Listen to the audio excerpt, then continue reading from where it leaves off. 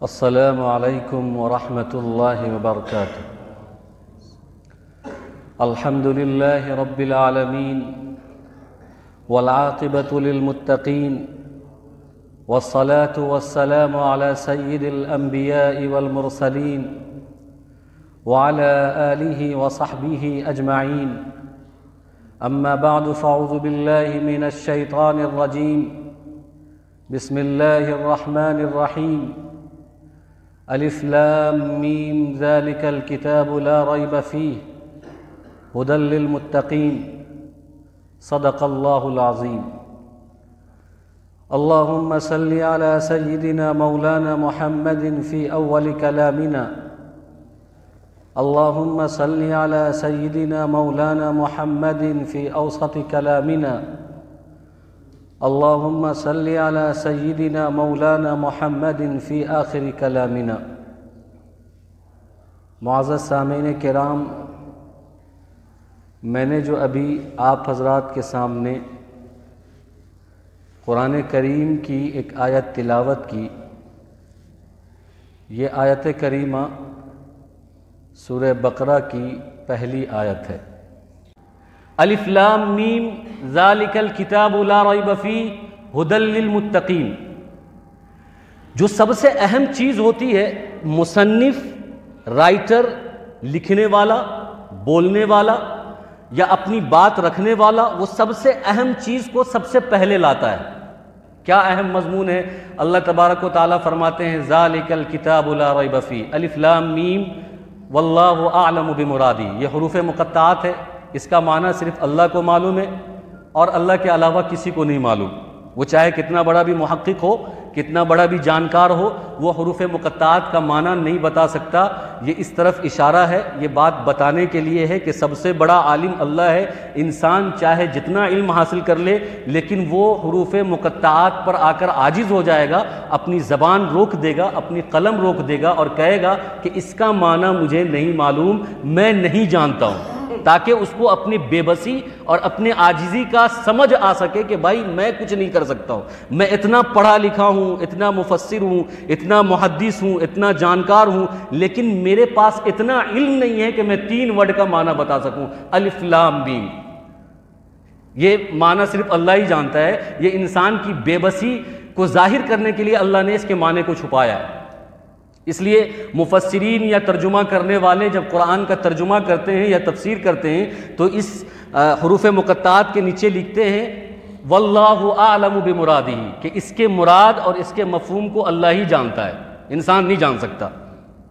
اس کے بعد اللہ تبارک و تعالیٰ نے جو مضمون بیان کیا کہ ذالک الکتاب لا ریب فیہ، کہ یہ وہ کتاب ہے یعنی قرآن شریف، قرآن جو اللہ کا کلام ہے، کلام اللہ شریف، یہ وہ کتاب ہے لا ریب فیہ کہ اس میں کوئی شک نہیں ہے، اس میں کوئی ڈاؤٹ نہیں ہے۔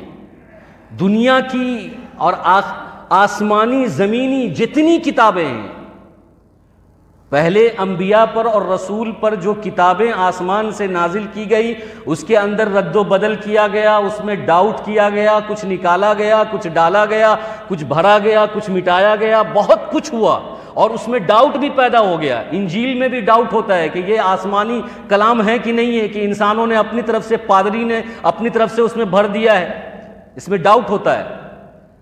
اور جو زمینی کتاب ہے، انسان کی لکھی ہوئی کتاب ہے، وہ بھی حرف اخیر نہیں ہے، اس میں بھی ڈاؤٹ ہوتا ہے کہ یہ صحیح ہے کہ غلط ہے، انسان نے اپنے دماغ سے، اپنے ذہن سے لکھا ہے۔ لیکن اللہ تبارک و تعالیٰ اپنے کلام کی طرف نسبت کرتے ہوئے فرماتے ہیں ذالک الکتاب لا ریب فیہ۔ اگر مومن ہو تو یہ عقیدہ بنا کر رکھنا ہے کہ ذالک الکتاب لا ریب فیہ، کہ یہ اللہ کا کلام ہے، اس میں ذرہ برابر، رتی برابر نہ رد و بدل کی گنجائش ہے اور نہ اس کے اندر کوئی شک ہے، نہ کوئی شبہ ہے، نہ کوئی ڈاؤٹ ہے۔ اور اگر کوئی شک کرتا ہے، کوئی ڈاؤٹ کرتا ہے، کوئی تبدیلی کرتا ہے، کوئی بدلتا ہے اس کے زبر اور زیر کو، اس کے ایک نقطے کو 2 نقطے کو، نقطے کی جگہ نقطہ نہیں رکھتا اور جہاں پر نقطہ ہے وہاں سے نقطہ ہٹا دیتا ہے، تو وہ ایمان سے خارج ہو جائے گا۔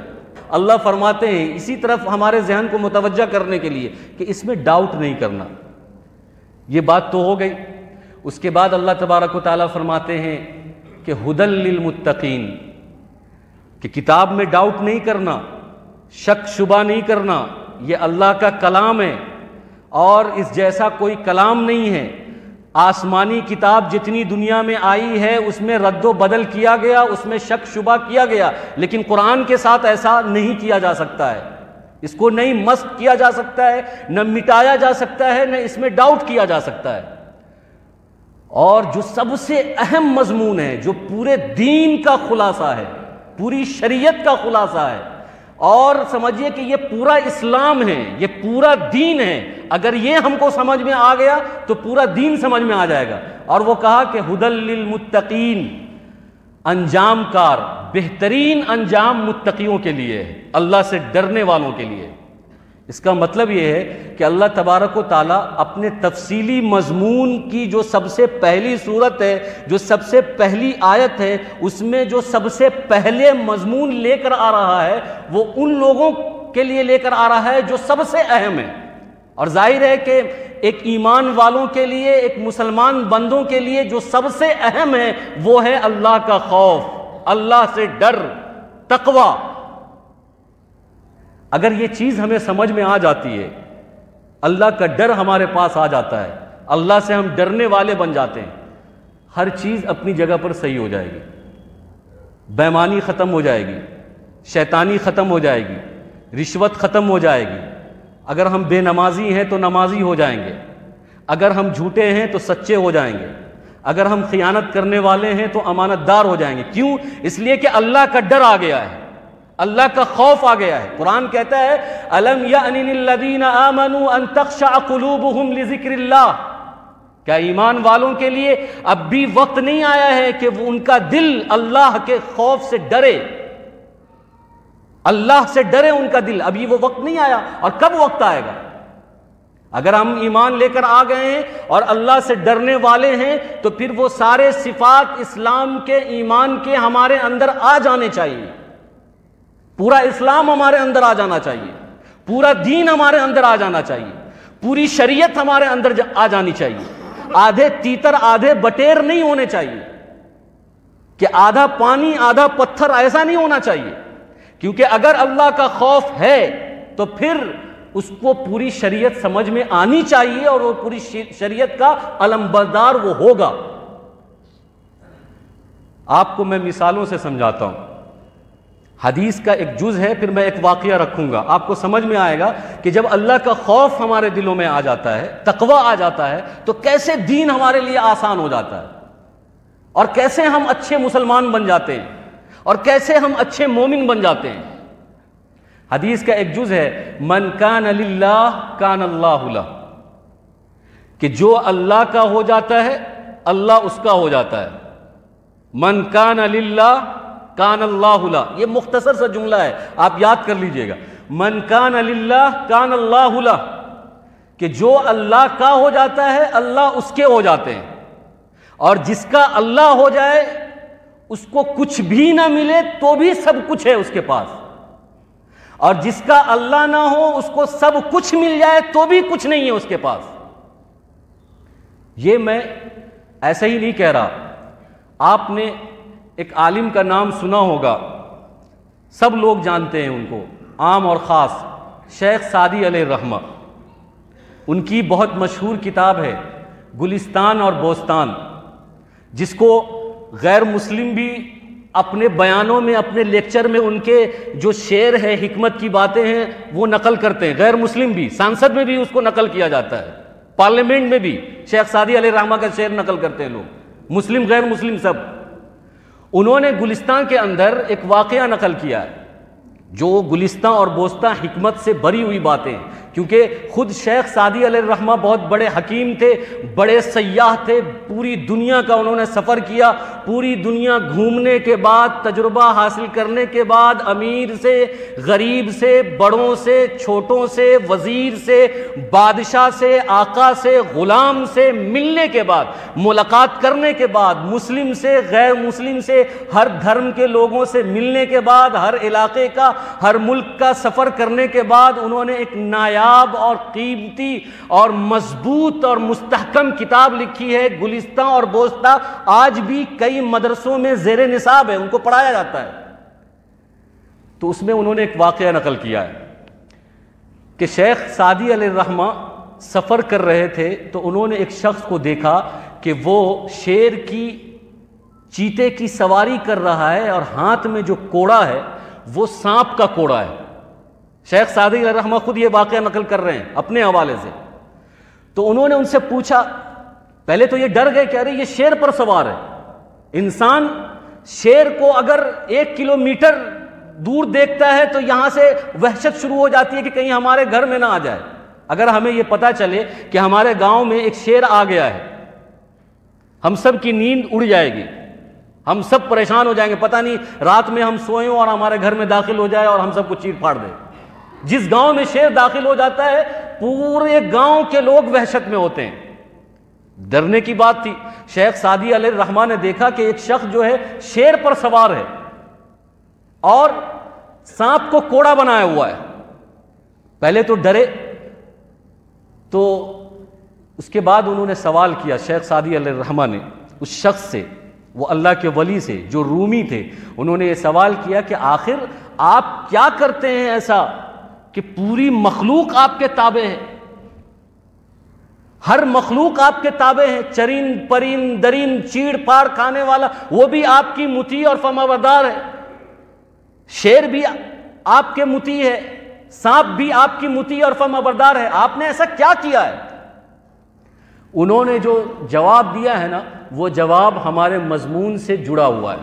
انہوں نے یہ جواب دیا کہ میں نے ایسا کچھ نہیں کیا ہے، ہم اللہ کے تابع ہو گئے، ہم اللہ سے ڈرنے والے ہو گئے، ہم نے اللہ سے خشیت اختیار کی، میں اللہ سے ڈر رہا ہوں، میں اللہ کے تابع ہو گیا تو اللہ نے ساری مخلوق کو میرے تابع کر دیا ہے، میں اللہ سے ڈرنے والا بن گیا، ساری مخلوق مجھ سے ڈرتی ہے۔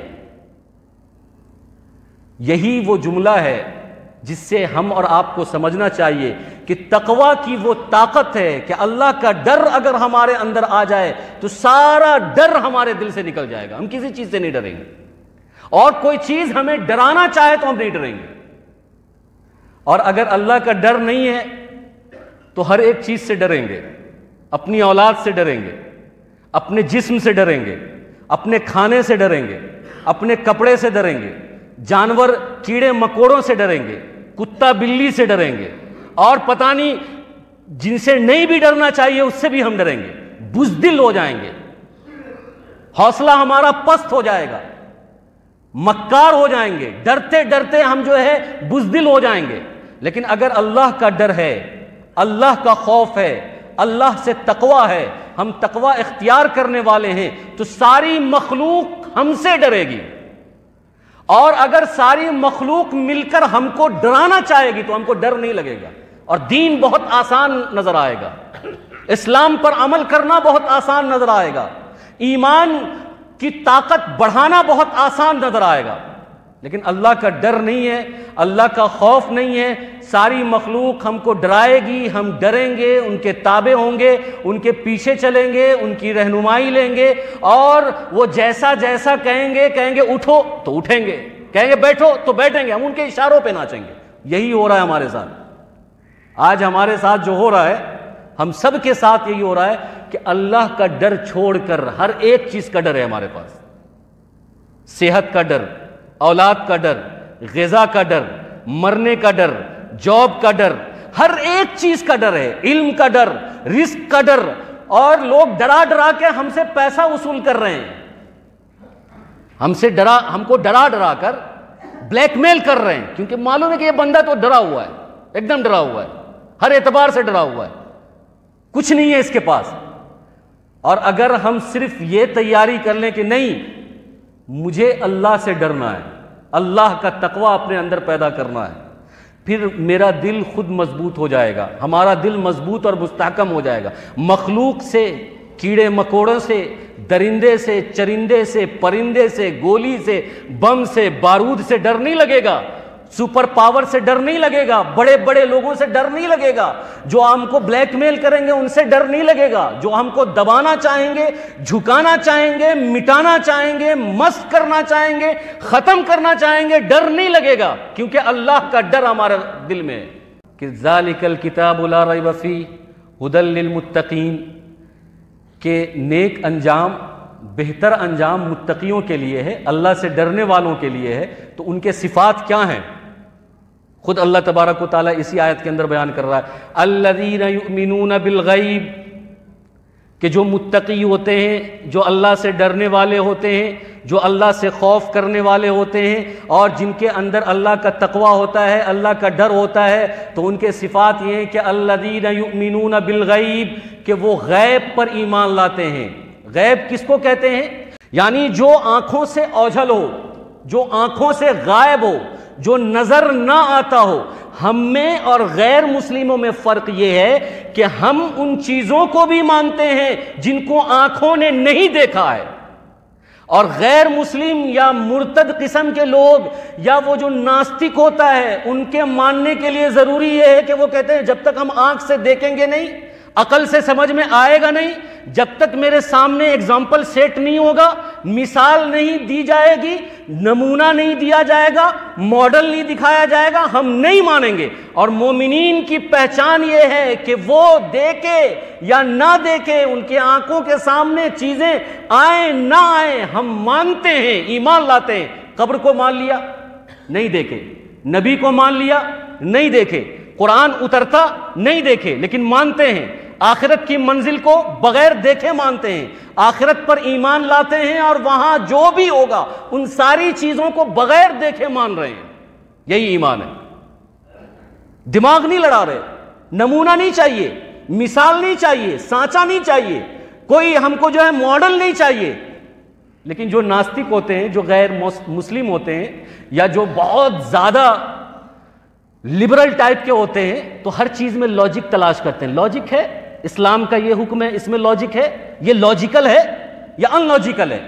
اگر لاجیکل ہے تو اسلام ہے، اور اگر ان کو ایسا لگتا ہے کہ یہ ان لاجیکل ہے، یعنی عقل سے سمجھ میں نہیں آتا، تو یہ اسلام کا حکم نہیں ہو سکتا۔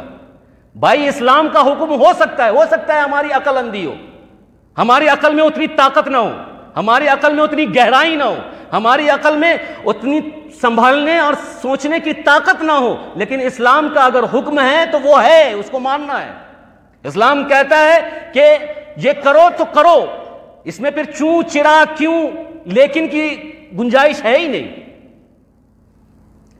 تو سب سے پہلی صفت ہے الذین یؤمنون بالغیب، کہ وہ لوگ غیب پر ایمان لاتے ہیں، اندیکھی بن دیکھی چیزوں پر ایمان لے آتے ہیں۔ یہ متقیوں کے صفات ہیں۔ اور جان لیجئے کہ جو لوگ ہر چیز میں لاجک تلاشتے ہیں نا، ہر چیز میں عقل لڑاتے ہیں، ہر چیز میں اس کو مثال چاہیے، اگزامپل چاہیے، تو سمجھیے کہ وہ متقی نہیں ہوگا، کیونکہ متقی کی پہلی صفت ہے، پہلی صفت کہ بھائی لاجک ملے نہ ملے مانو، غیب پر ایمان لانا یہ متقیوں کی علامت ہے، متقیوں کی صفات ہیں، الذین یؤمنون بالغیب۔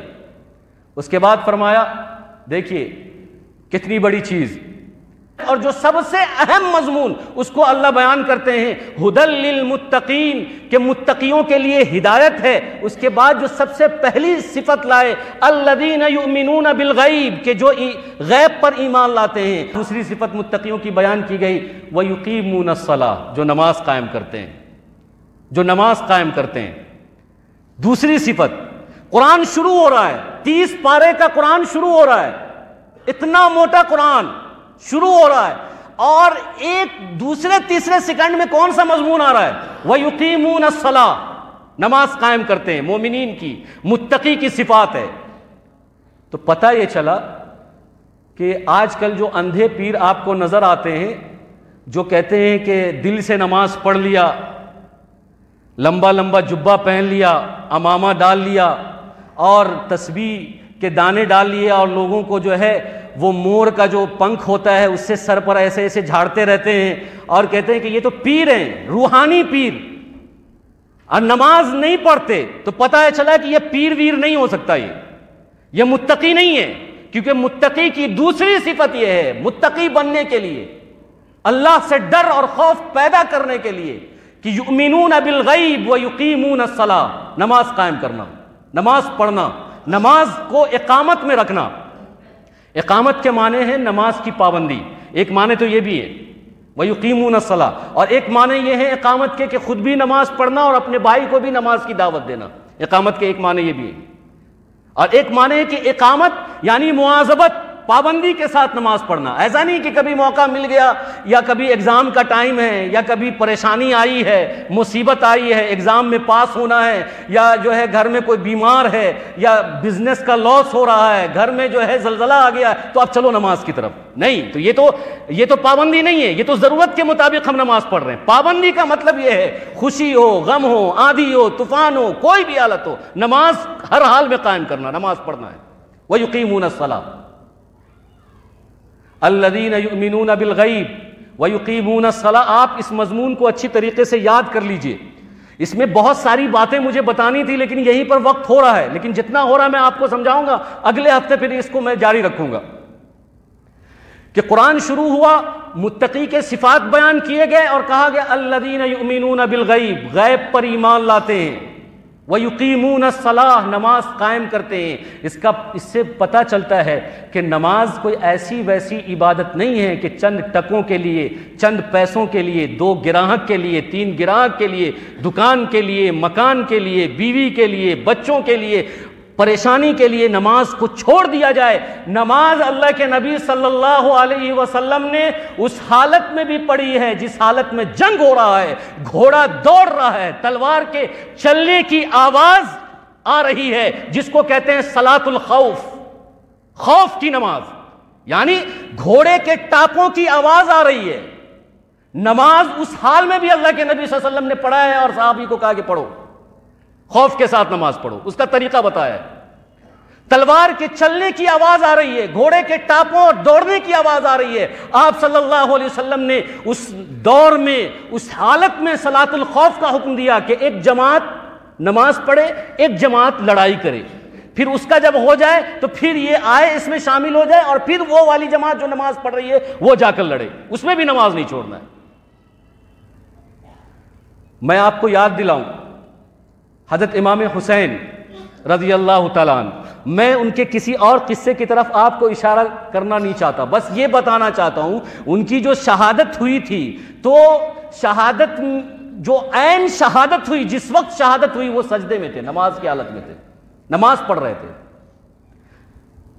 لشکر پورا ٹوٹ پڑا ہے اور انہوں نے کتنے کو دیکھا، کتنے کو سنبھالا، اپنی بہادری سے جلوہ دکھایا، اور کتنوں سے وہ انہوں نے مقابلہ کیا، لیکن جب نماز کا وقت ہو گیا تو نماز انہوں نے شروع کر دی. اس میں وہ بہت کمزور پڑ گئے، اس میں ان کو کتنی تیریں لگ گئی، اس میں دشمنوں نے کتنا حملہ کر دیا.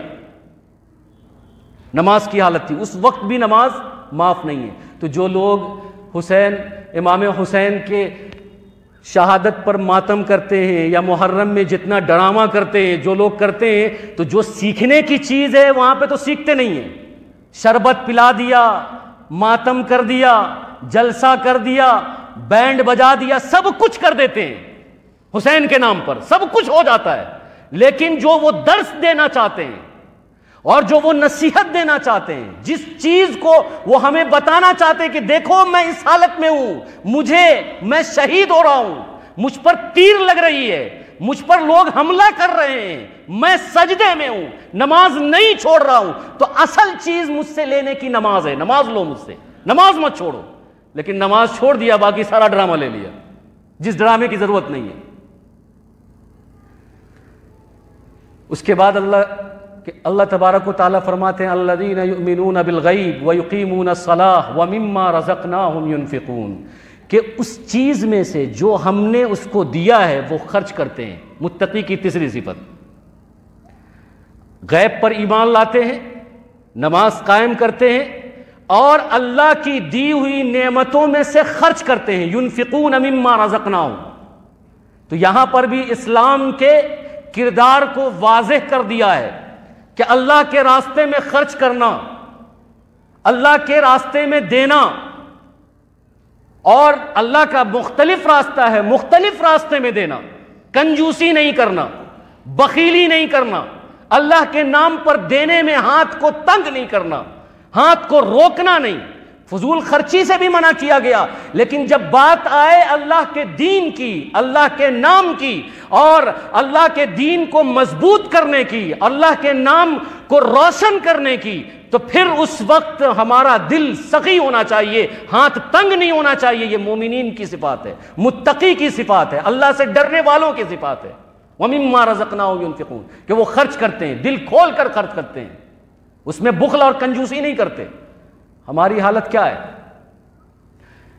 یہ ڈاؤٹ ہمیں ہے کہ ہم متقی ہیں یا نہیں ہیں، اس لیے کہ جو صفات متقی کے اللہ بیان کر رہے ہیں پہلی آیت اور پہلی سورت میں، اس سے جب ہم مقابلہ کرتے ہیں تو غیب پر ایمان لانے کے وقت عقل لڑاتے ہیں، نماز قائم کرنے کے وقت بہانہ ڈھونڈتے ہیں، اور جب خرچ کرنے کی بات آتی ہے تو شیطانی محفلوں میں، نفسانی محفلوں میں، نفسانی جلسوں میں، شیطانی جلسوں میں، اور جو دنیا دار چیز ہیں اس میں خرچ کرتے ہیں، آنکھ بند کر کے خرچ کرتے ہیں، آگے پیچھے کچھ نہیں دیکھتے، نہ پونجی دیکھتے ہیں، نہ پٹا دیکھتے ہیں، نہ کچھ نہیں دیکھتے، سب کچھ لٹا دیتے ہیں۔ لیکن جب بات آتی ہے اللہ کے راستے میں دینے کی، اللہ کے نام پر خرچ کرنے کی، دین کے نام پر خرچ کرنے کی، تو پھر سارے بہانے یاد آ جاتے ہیں، غربت یاد آ جاتی ہے، مفلسی یاد آ جاتی ہے، معاشیت یاد آ جاتی ہے، پونجی یاد آ جاتا ہے، دکان یاد آ جاتا ہے، بچہ بیمار ہے،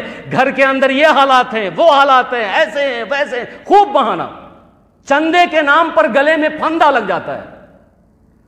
اور لیکن جب فضول خرچی کرنا ہو، دنیا کی محفلوں میں خرچ کرنا ہو، دنیا کے جلسوں میں خرچ کرنا ہو، نام و نمود کے لیے خرچ کرنا ہو، دکھلاوے کے لیے خرچ کرنا ہو، بڑھاوے کے لیے خرچ کرنا ہو، شہرت کے لیے خرچ کرنا ہو، تو مٹھی بھر بھر کے دیتے ہیں، مٹھی جو ہے کم نہیں ہوتی۔ تو تینوں صفات میں ہم زیرو ہیں۔ اس لیے میں نے کہا آپ سے کہ اگر ہم تقوی اختیار کر لیتے ہیں تو انشاءاللہ ہمارے لیے پورا دین بہت آسان نظر آئے گا۔ میں اس کو اور بھی آپ کے سامنے کھول کر رکھوں گا کہ متقی کے صفات اور متقی کا فائدہ کیا ہے، وہ سب میں آپ کے سامنے رکھوں گا۔ اللہ تبارک و تعالی ہم سب کو عمل کی توفیق عطا فرمائے، آمین۔ وآخر دعوانا ان الحمدللہ رب العالمین۔